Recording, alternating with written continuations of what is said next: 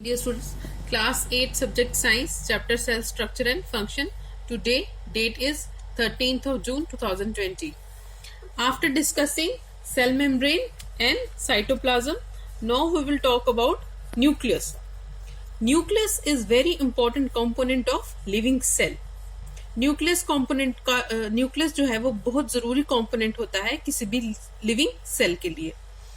Generally ये spherical होता है और कहाँ पे लोकेटेड होता है and is located in the centre of the cell.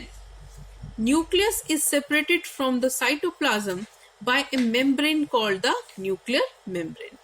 Nucleus जो है वो सेपरेटेड होता है साइटोप्लाज्म से एक थिन मेम्ब्रेन से जिसको कहा जाता है nuclear membrane. With microscope of higher magnification, we can see a smaller spherical body in the nucleus. It is called the nucleolus.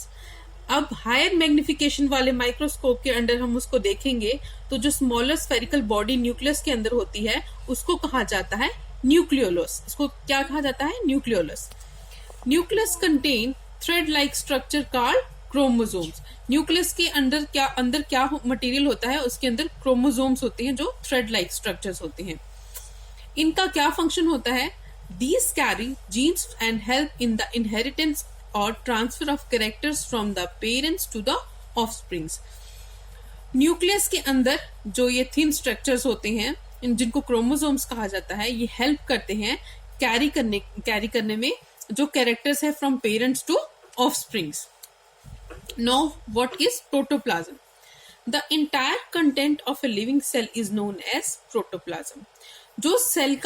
जो लिविंग सेल का जो अंदर का कंटेंट होगा, पूरा इंटायर कंटेंट, उसको कहा जाएगा protoplasm. It includes the cytoplasm and the nucleus. The cells having nuclear material without nuclear membrane is termed as prokaryotic cells. Pro means primitive and karyotic means nucleus. Karyon means nucleus. जिस cell के अंदर nuclear material होगा बिना nuclear membrane के उसको कहा जाता है प्रोकैरियोटिक सेल. इसकी एग्जांपल है blue green algae and bacteria. Blue green algae और बैक्टीरिया के अंदर जो है न्यूक्लियर मेम्ब्रेन जो है वो नहीं प्रेजेंट होती है. The cells like onion cells and cheek cells having well-organized nucleus with a nuclear membrane are designated as eukaryotic cells. जो onion cells हैं, cheek cells हैं, उनके अंदर एक well-organized nucleus होता है with a nuclear membrane के साथ जिसको कहा जाता है eukaryotic cells. Euka means true and karyon means nucleus. Now we will compare the plant cell and the animal cell. As you can see, both have cell membrane in plant cell as well as in animal cell. Both have vacuoles, nucleus and cytoplasm. But there is one more thing in the plant cell, that is chloroplasts. And another thing is it has also a special covering of cell wall. It has dual covering, cell membrane and cell wall, whereas in animal cell wall is absent. It has only cell membrane.